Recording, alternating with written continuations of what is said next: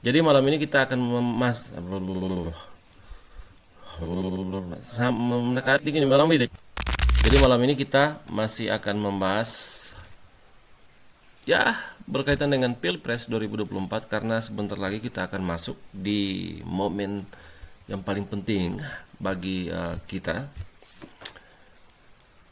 Dan saya mengucapkan terima kasih karena di konten-konten berkaitan dengan perpolitikan Pilpres 2024 maka banyak antusias dari warga net YouTube untuk konten-konten yang sudah saya upload di kanal YouTube ini. Dan ini menggambarkan sebenarnya di sisi lain ini menggambarkan antusias masyarakat yang besar berkaitan dengan warganet dalam menyambut pesta rakyat berkaitan dengan pemilu untuk Pilpres 2024. Dan hari ini kita akan membahas tentang, kalau saya lihat Pak calon wakil presiden pemilu 2024. Terima kasih Pak Ganjar. Jadi Mas Anies ya memang seharusnya debat Pilpres berkaitan dengan pandangan-pandangan para capres calon presiden. Secara tidak langsung pemberitaan atau berkaitan dengan Pilpres yang diangkat oleh detik.com berisi tentang hasil beberapa survei ini secara tidak langsung membenarkan apa yang saya pikirkan, dan jangan-jangan ini yang menjadi dasar utama mengapa harus menyudutkan Prabowo Subianto. Ternyata karena ratingnya itu dari hasil survei ya, rating pengenalan publik itu sangat-sangat luar biasa mencapai 98% dan ini merupakan kekuatan yang sangat besar dari Prabowo Subianto. Tingkat pengenalan yang besar pada figur seorang Prabowo Subianto yang saya sebutkan tadi ini merupakan kekuatan yang besar. Saya pandang itu sebagai salah satu penyebab utama yang kemudian itu mendorong rival-rival politik untuk berpikir bagaimana sih caranya untuk bisa setidaknya yang pertama mengimbangi, yang kedua ya bisa menjatuhkan, mengalihkan perhatian publik kepada Prabowo Subianto ke rival politik. Ini kan yang sedang terjadi saat ini. Kalau kita lihat dari banyak hal, misalnya debat Pilpres, terutama itu menyangkut konten sebelumnya, debat Pilpres yang ketiga. Ini menarik, dan di debat Pilpres yang ketiga itu semakin kelihatan sebenarnya rohnya itu atau gambaran konkretnya itu sebenarnya yang kelihatan itu tensi politik. Jadi semakin tegang, dan ketegangan politik, tensi politik itu sebenarnya secara tidak langsung ya berkaitan dengan apa yang saya sampaikan. Ada dua hal yang sedang dipikirkan. Yang pertama bagaimana mengimbangi, yang kedua bagaimana bisa mengalihkan perhatian publik yang besar kepada Prabowo ke misalnya kelompok saya atau rival politik dari Pak Prabowo Subianto, dan itu dilakukan saat ini. Sehingga kemudian pihak-pihak yang berkepentingan secara politik, maksudnya di sini, mengabaikan prinsip utama dari atau tekanan utama dari tujuan diadakannya debat Pilpres itu. Di sini kan adu gagasan debat Pilpres, bukan berupaya untuk memojokkan seseorang, dan kemudian yang kita tonton itu bukan hal-hal yang bersifat edukatif, sama sekali tidak berkontribusi pada penyempurnaan kualitas dari pandangan kita berkaitan dengan perpolitikan. Jadi selama ini kita akan memandang dunia politik itu ya memang untuk menguasai medan kita harus menjatuhkan seseorang. Itu sangat keliru. Ada hal yang menarik. Kalau kita browsing di Google dan saya menggunakan kata kunci Anies Baswedan, secara umum dapat disimpulkan rating Anies Baswedan itu naik karena Anies Baswedan lagi rame dibicarakan di sini berkaitan dengan tuntutan atas apa yang dia sampaikan pada debat Pilpres ketiga kemarin. Dan di sini hal yang akan menjadi salah satu bahan yang akan saya ulas lebih lanjut di sini. Di sini saya akan memperkenalkan salah satu gagasan digitalisasi politik. Yang saya maksudkan dari digitalisasi politik merupakan cara kita bagaimana melihat perkembangan di internet, teknologi internet, kemudian kita memanfaatkan itu sebagai salah satu strategi. Kita membangun strategi. Dan berkaitan dengan penyampaian sebelumnya, jadi detik.com secara tidak langsung memperkuat pemikiran saya dan membantu saya untuk menunjukkan ini loh data-data empiris mengapa saya mengatakan bahwa alasan untuk menyudutkan Prabowo Subianto karena memang tingkat pengenalan publiknya itu sangat fantastik karena peran serta Prabowo Subianto di beberapa kali mengikuti Pilpres. Otomatis masyarakat Indonesia mengenalnya sangat baik dibanding dari paslon lain, misalnya paslon Pak Anies Baswedan dan paslon Pak Ganjar Pranowo. Kemudian dari sini otomatis kan yang pertama yang harus dilakukan ialah mengimbangi. Bagaimana sih cara saya untuk mengimbangi Pak Prabowo Subianto? Karena Pak Prabowo Subianto itu sudah sangat dikenal masyarakat berdasarkan rekam jejak dia di Pilpres. Bukan hanya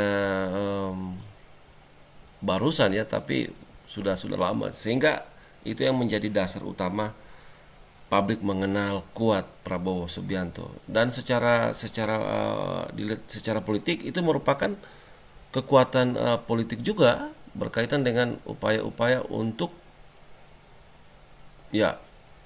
mendominasi panggung perpolitikan Pilpres 2024. Dan hanya ada dua cara, dan dua cara ini dilakukan secara bertahap. Dan cara yang pertama, maka rival politik akan melakukan mengimbangi popularitasan dari Prabowo Subianto berkaitan dengan rating yang sangat tinggi, di mana masyarakat Indonesia mengenalnya sangat baik, dan ini menjadi PR. Sehubungan dengan itu saya menganalisis kemungkinan Anies Baswedan memilih untuk mengambil kutipan dari Pak Joko Widodo itu dalam maksud atau dalam tujuan untuk mengimbangi. Sekali lagi, itu dilakukan dalam maksud atau tujuan mengimbangi rating Prabowo Subianto. Dengan begitu kan masyarakat mengenal baik juga Pak Anies Baswedan. Tapi kalau itu yang dipilih, teknik seperti itu dengan cara menggunakan kutipan Pak Joko Widodo tanpa kita membedahnya lebih serius, lebih teliti, ini apa benar kepemilikan lahan itu memang segitu? Dan kemudian melakukan penelusuran lebih lanjut, artinya kita sama sekali tidak melakukan penelusuran lebih lanjut. Maka bagi saya ini salah satu teknik yang ya dapat saya katakan itu salah jalan. Kita tidak memeriksa dengan baik, menelusuri lebih lanjut informasi yang kita peroleh. Nah, tapi kemudian muncul Pak Anies Baswedan, yang dia sampaikan itu bersumber dari apa yang disampaikan oleh Pak Joko Widodo. Ini kan saya mikirnya itu ya cukup bagaimana ya, ya namanya juga dunia politik ya begitu. Jadi menggunakan apa yang sudah dikeluarkan seseorang, kemudian dikelola dengan sangat terampil dan dijadikan senjata politik untuk dikokang lagi dan ditembakin lagi. Dan akhirnya menjadi rame dibicarakan, diliput beberapa media, dan rating dari Anies Baswedan ya mengarah pada upaya-upaya untuk mengimbangi rating dari Pak Prabowo Subianto. Kalau dilihat secara politik ya memang itu salah satu jalan untuk mengimbangi pengenalan publik pada figur Prabowo Subianto. Dan mengenai rating, Anies Baswedan dengan banyak diberitakan begitu, ya otomatis dia akan naik pengenalan publik pada figur seorang Anies Baswedan. Walaupun memang teknik yang ada itu ya teknik yang gimana ya? Kok bisa-bisanya tidak mau melakukan penelusuran informasi yang disampaikan, sehingga kan jauh lebih elok lah kalau seandainya itu ditelusuri, tapi ini sama sekali tidak. Dan akhirnya untuk mencapai tujuan itu saya simpulkan ya memang diharapkan ada muncul reaksi dari rival politik, misalnya dari kubu Pak Prabowo Subianto, sehingga rival politik kemudian melaporkan Anies Baswedan, dan media kemudian memberitakan perihal tersebut, sehingga kemudian ini mendongkrak pengenalan publik pada figur Anies Baswedan. Jadi selanjutnya yang mengalami imbas dari pendekatan ini yaitu di kubu Pak Ganjar Pranowo. Jadi pengenalan publik itu akan menurun seiring dengan peningkatan yang sangat pesat pemberitaan berkaitan dengan Anies Baswedan, terutama menyangkut pernyataan-pernyataannya di debat ketiga Pilpres kemarin. Dan yang saya nggak habis pikir, kenapa toh tekniknya harus menggunakan itu? Kenapa tidak ditelusuri informasinya? Kan sekali lagi yang saya sangat sesali sebagai dosen, harusnya kita mendapat tontonan yang benar-benar bersifat edukatif.